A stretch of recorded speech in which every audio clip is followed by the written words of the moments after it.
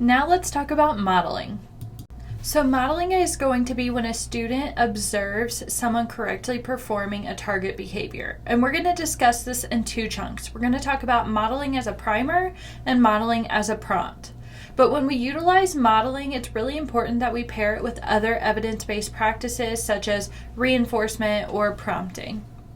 So when we are using modeling as a primer, it's going to be comprised of 3 different steps. So it's going to be you demonstrate the behavior, the learner imitates the behavior, and then you're going to reinforce it.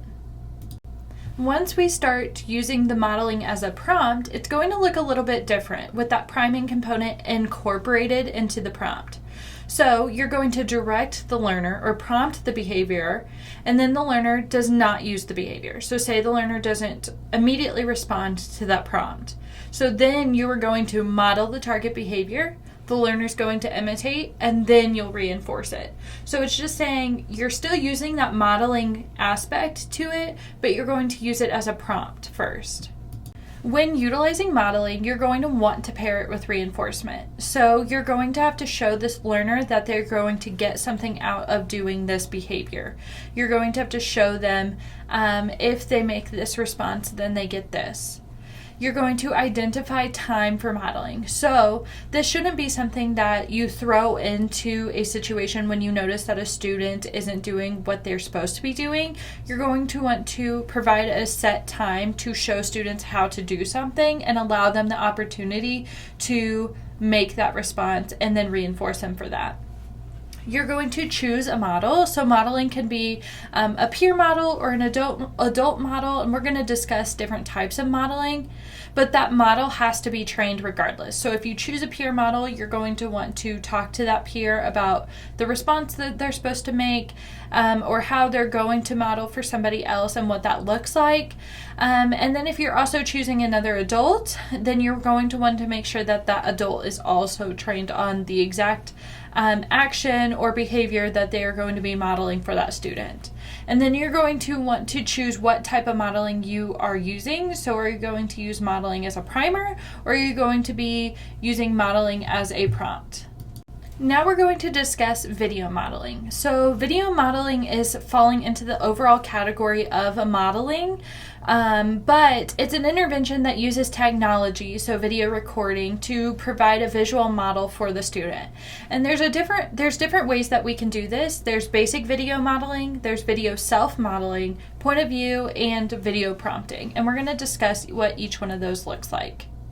So basic video modeling is the most common type of video modeling, where you use the adult or peer model, and they are going to be recorded doing a certain target skill or behavior, but that video is going to be played for your student prior to skill demonstration, and then hopefully that is going to be the model, and your student is going to be then prompted to perform the skill. So video self-modeling is when the student is the primary model in the video. So it's going to show the student how well they performed the target skill in the video. You're going to demonstrate what the target skill looks like, and then you're going to talk about positive and negative aspects of the student's performance. So the student is actually able to see how they are doing, and it provides that visual feedback for the student.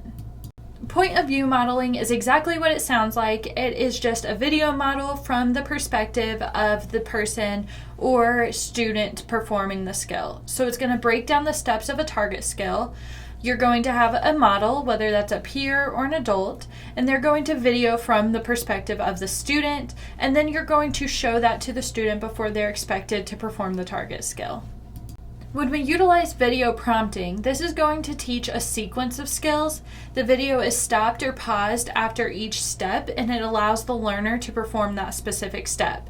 And then the process is going to be repeated until the target skill is performed. Eventually you'll want to, or you'll be able to fade some of this, and the student will be able to do the skill independently or some of the steps independently, but the video prompting is just that step-by-step breakdown and that visual representation. You can do video prompting by creating a task analysis of each step in that target skill. And then you're going to determine what point of view you're going to use for that video, record the video in each clip for each step, and then you're going to edit the video into one video and then reinforce the learner for completing each step along the way.